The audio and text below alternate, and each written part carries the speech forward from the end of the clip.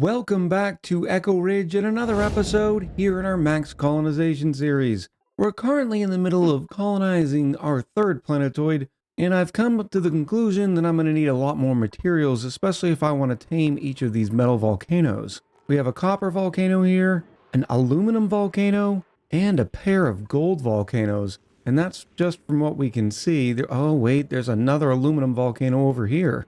That's a whole lot of refined metal I'd love to get our hands on.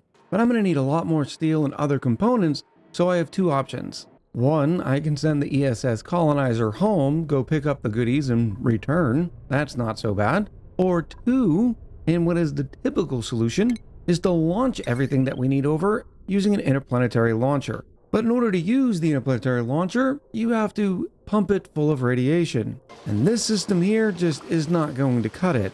In fact, it's cycle 1447, and I'm still working on the last bit of research. Speaking of which, I might as well go back and get the new research missiles. Both the Meteor Blaster and Blast Shot Maker were relocated during the most recent quality of life update, which is going to impact more than you think on our colony. For instance, we don't need all of these tables anymore. Just like you can see with this mess table, it's assigned to public. So anybody who needs to sit down and have a meal, well, they can do so. Additionally, right now we're only getting a Great Hall, whereas they've introduced the Banquet Hall, which is now the only way to get the +6 to morale. The Great Hall only gives you a +4. Well, in order to get the Banquet Hall, you can't use any mess tables. You have to use the new communal table. Unfortunately, it requires wood, and I don't have any wood. Luckily though for me, I do have some Arbor acorns, so that I can start growing some trees, which will then in turn give us access to wood. Alternatively, I could also use plywood, which is a new material the devs have given us, and all that would require is by taking some plant husk, which is yet another new resource, and some resin, which we do have access to. You throw it into the plywood press, and we get plywood. Well, right now, we're using all the resin we can get, being converted from the amber of the laurel plants, and turning it into plastic. But we only have 21 tons, and I don't feel comfortable with that low of a number, so I'm going to stick to the tried and true method of getting wood, and that is from the branches of the Arbor tree. It's not going to grow very fast because we're just using the excess output from the bathrooms. Well, as soon as I switch it over from being the excess of the clean water that we were feeding to the overgrow plants. So we will just come off of here and then put a bridge here. Now, just a reminder, the Arbor tree does take 70 kilos worth of water and a domestic growth cycle of 4.5 cycles. Well, we're getting an excess of 6.7 kilos per dupe per cycle, and with 21 duplicates on the planetoid currently, that gives us around 140 kilos. So as a matter of fact, we might need to put in even more of the Arbor trees, because otherwise in short term, we're going to back up on that polluted water, and then the dupes won't be able to use the bathroom. So I think I'm going to make some quick changes around here and move the conveyor loader, and there we go. Now we've used all 3 of the Arbor acorns, just to make sure that we are using all of the excess water coming from the bathroom loop, and we'll have wood in short order. But now on to the meat and potatoes of why you probably clicked on that thumbnail. And it's sitting over here in the corner, and will soon be brighter than 1,000 suns. Now, I know you're probably a little disappointed that I did not build it for you, but do not fear, I'm going to show you exactly how I did build it. The reason why I needed to build it in between the episodes while I was doing some other maintenance sort of stuff is it takes a little while for the whole thing to spin up. To show you why, let's start down here with a standard Shinebug Ranch. Quick update, the quality of life introduced some small changes to a lot of the critters in the game. Shinebugs now only require 6 cells of space. So this 36 tile ranch could hold 6 of them. Well, 5 plus the egg. But there's nothing fancy about this ranch. We're bringing in phosphorite, which we still do not have a renewable source of phosphorite, but still have 109.3 tons in backstock. That is a lot of meals for our shinebugs, considering they only eat 0.2 kilos per cycle. Incidentally, I could also feed them bristleberries. But as they lay eggs, the auto sweeper picks them up and either puts them in the incubator or throws them in this conveyor loader. The conveyor loader then sends the egg all the way up to our Shinebug reactor. Now you'll notice I once again made some changes to our sauna. I didn't want those eggs superheating in the steam. It used to be the case that the critter would hatch the same temperature as its egg. While I don't think that happens anymore, there's still another reason why I had to make sure that those eggs were as cool as possible, which we were only partially successful for. Over here, I had to do this weird loopy-loop thing, which does expose the shine bugs to a little bit of the heat. But as you can see from this shine bug, that is only 13.3 degrees. I don't think it started out at, say, 190, which is the temperature of the sauna. But as we can see here, shine bugs will only live between minus 100 and 100°C. So if you start sending all those hot eggs into the shine bug reactor, well, there's a chance the shine bug would end up overheating and perishing. Of course, my coolant looks a little bit too cold now, and they're actually getting too chilly. Oh, why do I have this loop set at 5 degrees? Let's raise that up a little bit, shall we, to 15? Speaking of which, it's going to be really nice when I can change out this entire loop for super coolant. Why don't we get sidetracked and go look at the ESS Explorer? Univector Llama is doing great, although they have no power left in the battery. So the carbon dioxide is starting to stack up because the mini gas pump has no power. But the mission was successful, and our rocket has 2 tons worth of fullerene. So we can now set the destination back to Fernial, which instantly starts charging the battery. Oh my goodness. They now have updated graphics on how it looks when the rocket's flying through space. Keep the changes coming, Clay. We love them. Well, most of them. Let's go ahead and put Llama back in their spacesuit. That way when they land, they don't have to run through the sauna in just their normal clothes. So back to the Shinebug reactor, where we got sidetracked because of the cooling loop. And the reason why we have a cooling... Oh boy, now it's time to do something else to get sidetracked with. Check on the ESS colonizer. They're pretty much idle, and they have over 50% of oxygen left in their large gas tank. So once again, let me try to explain this before it gets too bright and we will no longer be able to look at it. Right now, there are 15 shine bugs in here, and all of them have come from the ranch that I showed you before. Well, shine bugs are one of those critters that will still end up laying an egg even though they are tame and we're not feeding them. In other words, the number of shine bugs in this tile is actually never going to go down. It's going to keep growing and growing and growing. And as long as a shine bug is not cramped, it will emit light, but perhaps more importantly, will also keep laying eggs. For instance, if I put a window tile here, notice right now that the shine bug happiness is only at a -1, which reduces their reproduction down to 7% per cycle, which means 14 cycles after they become an adult, at around cycle 19, they will lay an egg. But if we put a window tile here, closing the bugs in, notice that they now are confined, they're not happy, and have stopped emitting light. But even worse for the shine bug reactor, since their mood is now miserable because they're confined, their reproduction rate gets dropped by 100%, which means they will no longer lay eggs. While they're not emitting light, it's probably a little easier to show you this. Notice that there's a little blob of petroleum in here. Well, it's for the same reason that I put this window tile here to show you that example. By having the little blob of liquid here, it keeps all the shine bugs in this tile. So while right now, their room size is only 2, with the tile gone, their room size is now 12,963 tiles. In other words, they're not going to be confined for a very long time. In fact, remember earlier when I said now shine bugs only require 6 tiles worth of space? Well, if I took that 12,963 tiles and divided by 6 tiles, means they're not going to get confined until there's over 2,160 shine bugs sitting in this one tile. And yes, you can put some solar power here. Not that it's really necessary in our example because, well, we have plenty of power. We're actually doing this for the radiation. Already in some of these tiles around here, we're seeing 545 rads per cycle, 625 rads per cycle, and remember we get 10% of that in the form of rad bolts when using a rad bolt generator. So if I put a rad bolt generator here, I'd then be able to start collecting 52 rad bolts per cycle. But the great thing is, the more shine bugs you drop off, the more radiation they're going to start to emit. Hence the reason I got this up and running in between episodes, because it's going to be a little while before we're actually effective with producing rad bolts here. But once we are, I'll then be able to start putting interplanetary launchers down. You also notice that I moved the sweepy over because I'm going to need all of this space to put in a bunch of interplanetary launchers. Our meteor blaster is not 100% happy having the Shinebug reactor here, but most of the tiles are taken care of by this meteor blaster.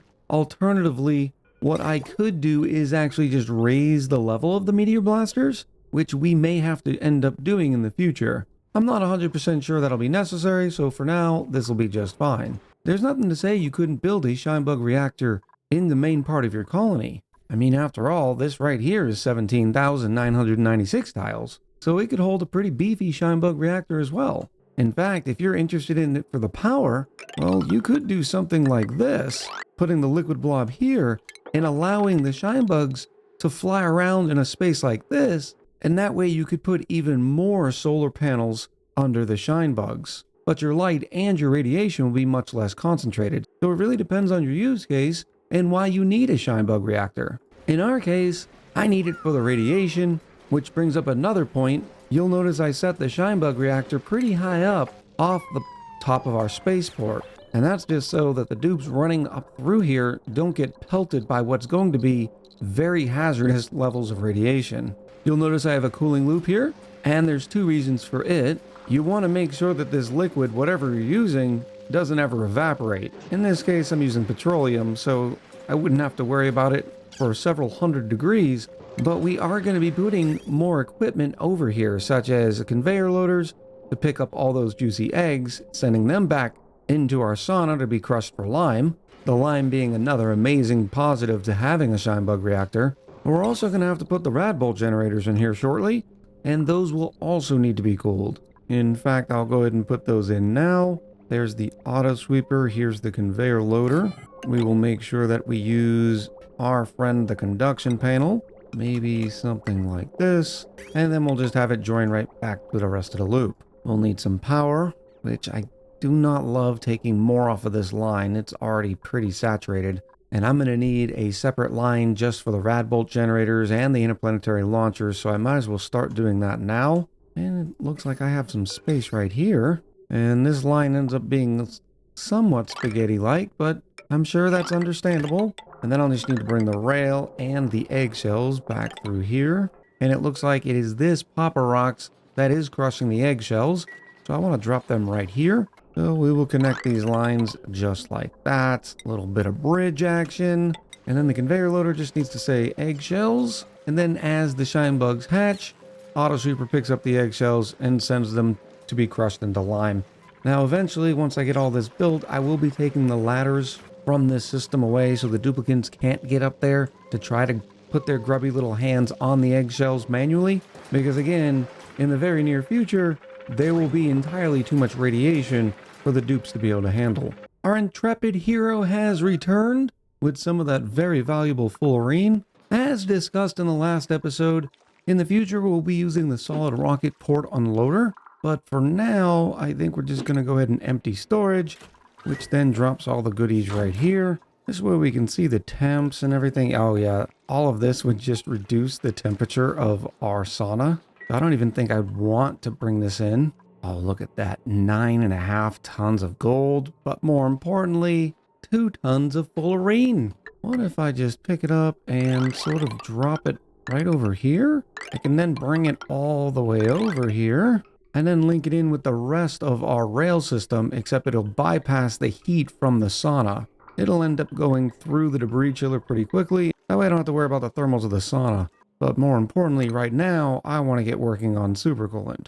Now, supercoolant requires work in the emulsifier along with petroleum and gold. Well, I have an emulsifier here, but there's no good access to petroleum here.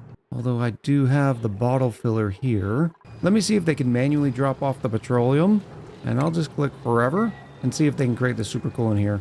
Okay, mistakes were made. We're sending the debris in the wrong direction. So I need to sweep all this back up. We were doing a 50-50 split down here at the debris chiller, so I need to provide just a little bit more direction. And then I'm just going to sweep all this up so they'll bring it back in. Update on the emulsifier. I don't think we can create any of the supercoolant out of it because the biodiesel is backed up. So the emulsifier itself says there's a pipe blocked. So I think what we're going to do is just grab one of these and bring it down here. We have the input for petroleum. It does generate 1,000 DTUs, which, you know me, I'd prefer to have it in the sauna, but I don't think I want a bunch of hot supercoolant running around. Which, now that I'm thinking about it, it's also going to want me to output the supercoolant from the liquid output. So this situation down here would have been very bad. I would have had supercoolant in our biodiesel line. That seems not good. And after a short time, we now have supercoolant on the ready. Glenn Sullivan's coming to make our first batch. I have gold loaded up and fullerene loaded up in these storage tiles. I will make sure we put these on a priority of 4. All the supercoolant's going to be put into this buffer tank. That way we can get a nice backstock. And then from the buffer tank into the bottle filler itself. And there it comes now. At last, it's time to get ridiculous with some cooling loops. Speaking of getting ridiculous, we're up to 670 rats per cycle in this tile, 600 in this one, and 750 in this one here. I think we're going to shoot for this tile here. Yeah, there's no reason why you can't just double up the amount of rad bolts, which I suppose we could, just by doing this sort of thing. We do have plenty of power. Eventually, we won't even need the second rad bolt generator though, because we'll be producing so many rad bolts. Now, as most of you know, the rad bolt generators get very hot, so we do need to cool these as well. And we will just hook everything around like that. And then, just in the interest of making sure our diamond tiles and the shine bugs stay nice and chill, I will put this as a radiant line, since we are going to be snipping off from here. And it is a good thing to start getting all this construction done before this becomes a nuclear wasteland, because like I said before, it will end up hurting the dupes. Now, an important note about rad bolt generators is keeping them cool can be a little bit of a challenge. You can see right now that the generator itself is losing temp down to 29, even though when we built it, it started at 30.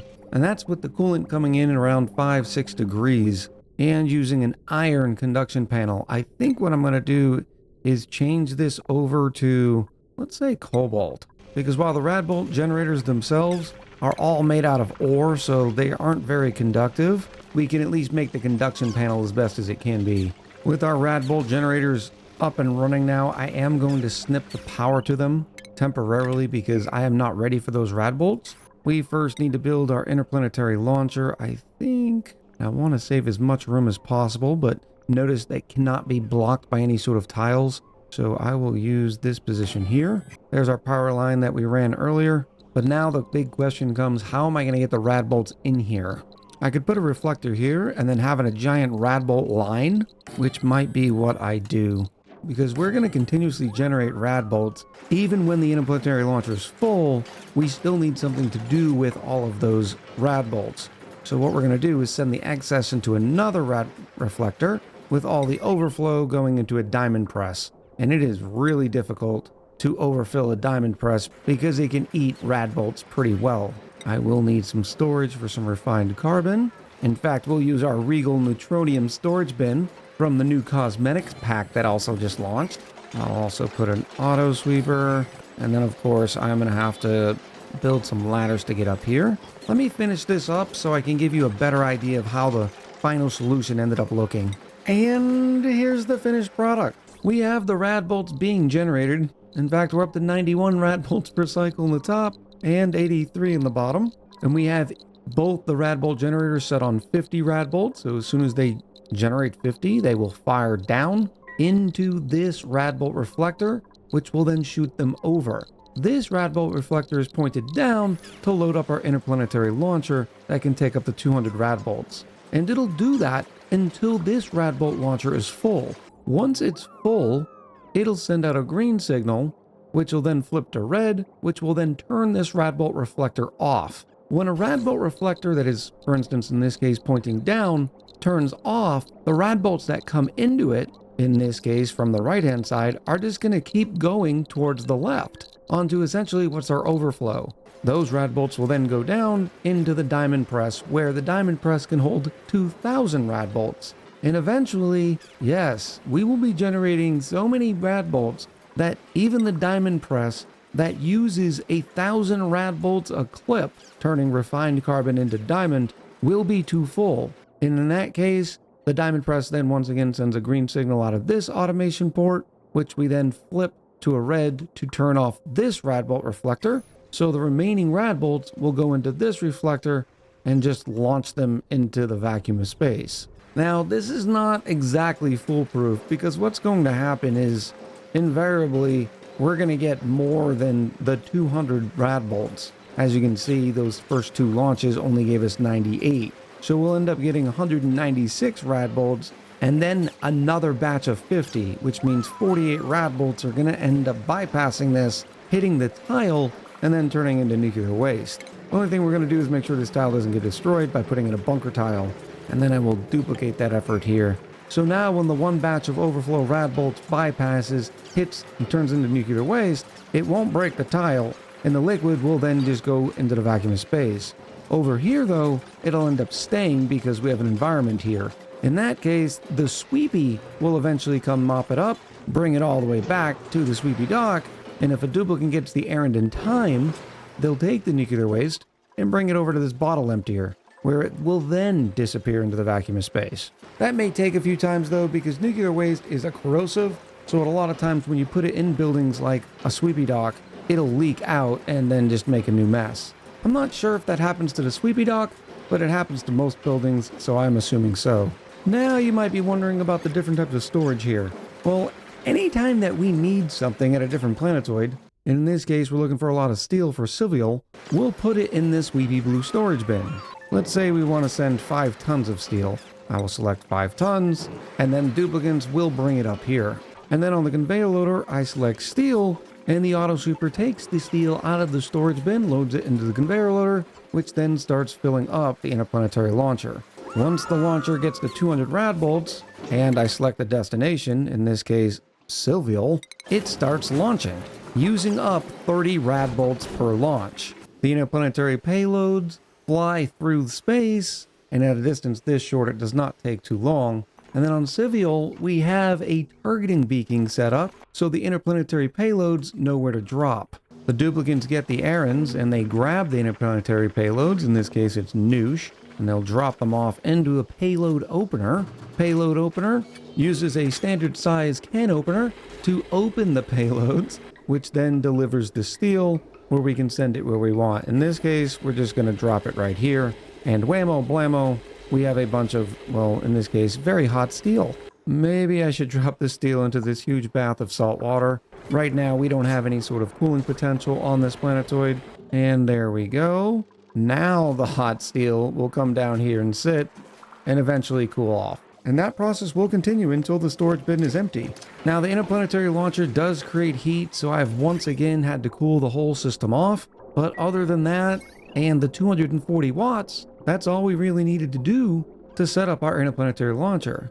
Okay, Echo, so why the refrigerator? Well, in case we need to ship food somewhere. In fact, we can even ship liquids, and we might need to in the future, such as super coolant. So I'm going to set up a wonderful bottle emptier here, and then hook the bottle emptier directly into the interplanetary launcher. The only thing I really messed up on is the fact that the duplicates are continuously dropping off more steel, which is not what we wanted, right? So after you get that bunch of steel, we're just going to unselect it from the storage bin, keep it here until the auto sweeper can pick it all up and put it inside the conveyor loader that, if you recall, only holds 1 ton at a time. Which, yes, of course, means Sweepy's going to come by and pick some up. But this is only a problem temporarily, because eventually we're going to be producing so many rad bolts that it's going to be able to send, in this case, the 5 tons worth of steel pretty quickly. And by pretty quickly, I mean in the fraction of a cycle.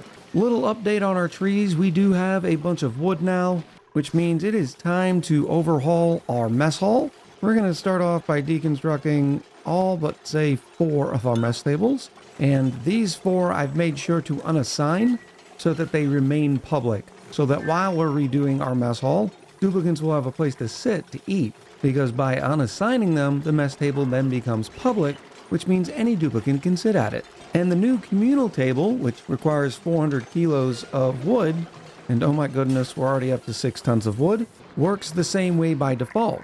They start off as public.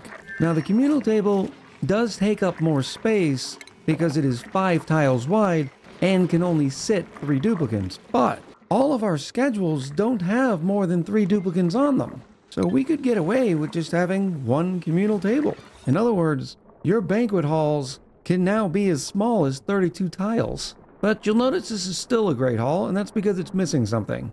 And that is a displayed ornament. Well, there's a couple of ways to display ornaments. The classic one being putting in a pedestal. But we also have the option of using the new display shelf, which, incidentally, also requires wood. But there's one other sneaky way to display an ornament, and in this case it's going to work out perfectly. And that's by using the sweepy. We're going to take the wonderful model plane and put it on top of Sweepy, and give Sweepy a plane hat. And oh, are they so excited about it. And now, when I get rid of these mess tables, because remember a banquet hall cannot have any mess tables, we now have a wonderful banquet hall. It looks pretty sparse and empty, but it works. Okay, that probably looks a little bit better. I did end up putting 2 communal tables, because every once in a while we may have some extra dupes in a schedule, so now we can fit up to 6 eating at the same exact time.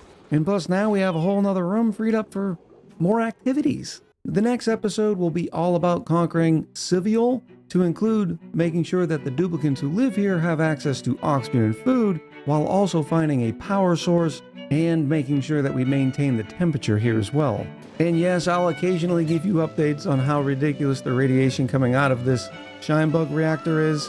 At the episode end, we're sitting at around 1,300 rads per cycle out of this tile, and almost 1,400 out of this one. I hope you enjoyed this episode and learned a little bit about interplanetary logistics. I guess that's what we'll call it. Looking forward to reading all your comments below, and until next time, much love, happy gaming, and I'll talk to you soon.